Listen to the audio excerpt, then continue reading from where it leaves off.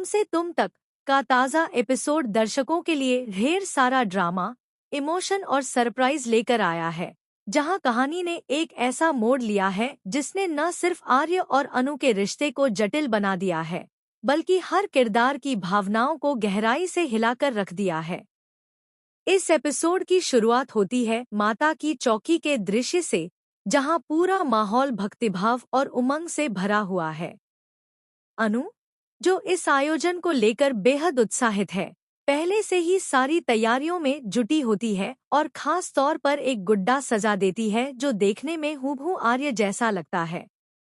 ये गुड्डा घर की परंपरा के तहत सजाया जाता है ताकि घर की लड़की की शादी जल्दी हो, लेकिन इस बार इसका अर्थ शायद कुछ ज्यादा ही गहरा हो गया है, खासकर आर्य के लिए। जैसे ही वह इस गुड्डे को देखता है, वह चौंक जाता है। उसका मन अनु की पिछली बातों और व्यवहार की ओर चला जाता है। वो खीर बनाना, बार बार आर्य के आसपास रहना, और अब ये गुड्डा, सब कुछ जैसे एक संकेत बन जाता है कि अनु के मन में उसके लिए कुछ खास है। इधर अनु पूरी श्रद्धा और लगन से माता की चौकी की तैयारी में लगी रहती है। उसे यह जानकर खुशी होती है कि आर्य भी इस आयोजन में भाग लेने वाला है, और वह चाहती है कि सब कुछ खास हो। वह खुद को सजाने संवारने में जुट जाती है। घर की आर्थिक स्थिति के कारण लाइट पहले से कटी होती है, लेकिन अनु की मां चुपचाप एक अतिरिक्त स्विच का जुगाड़ कर देती है, जिससे जैसे ही आर्य घर में प्रवेश करता है, लाइट वापस आ जाती है और पूरा माहौल रोशन हो उठता है। इस छोटी सी जीत से घर में एक सकारात्मक ऊर्जा फैल जाती है और विदेशी क्लाइंट्स, जो आर्य के साथ वहां पहुंचे होते हैं, इस पारंपरिक और भावनात्मक माहौल को देखकर बहुत प्रभावित होते हैं। उनके चेहरे की मुस्कान बता रही होती है कि वे भारत की संस्कृति से कितने मंत्रमुग्ध हैं। लेकिन इस सबके बीच एक चेहरा है जो लगातार तनाव में है, मीरा। मीरा को यह सब कुछ बहुत अखरता है।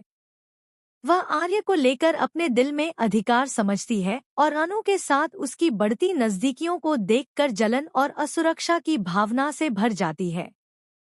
हालांकि वह चाहती नहीं थी कि वह इस आयोजन में शामिल हो, लेकिन चूंकि आर्य ने कहा था, वह मना नहीं कर पाई।